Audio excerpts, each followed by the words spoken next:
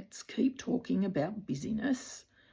I have been unpacking this notion of packing so many things into our day and just remaining busy all the time and prioritising, I guess, things over ourselves. And I've been doing this for many, many years, and just now recently wanting to not continue to do that in my coming years, I guess, and wondered, is it about then what people will think of us?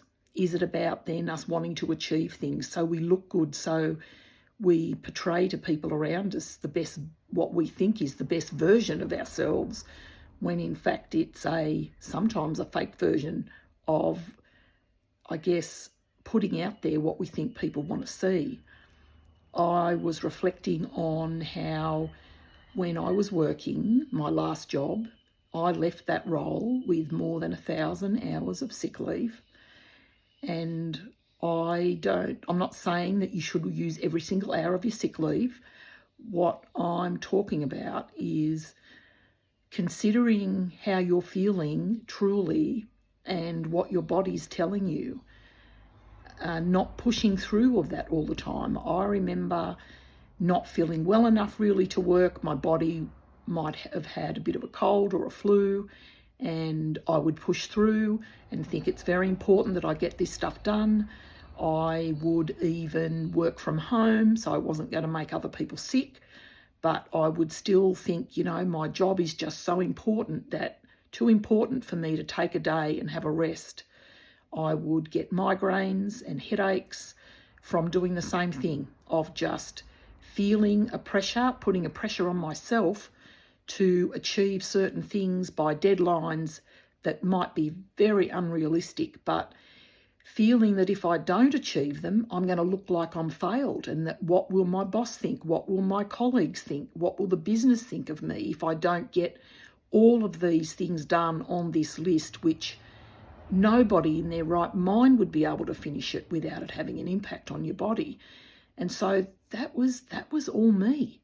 And it's interesting, isn't it, that our body's talking to us, and that was me, and we're not listening to it.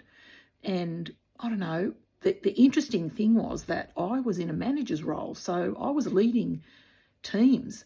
And so what behaviour was I modelling to my staff to say, well, don't have a sick day? I never said that, and I would never say that to my staff. If my staff was sick, I would encourage them to take a day and have a rest. But I didn't do that myself. I was making sure everyone else did it, but I wasn't practicing what I was preaching because I thought my work was just so important. But how many of us have got jobs that are actually not life-saving jobs?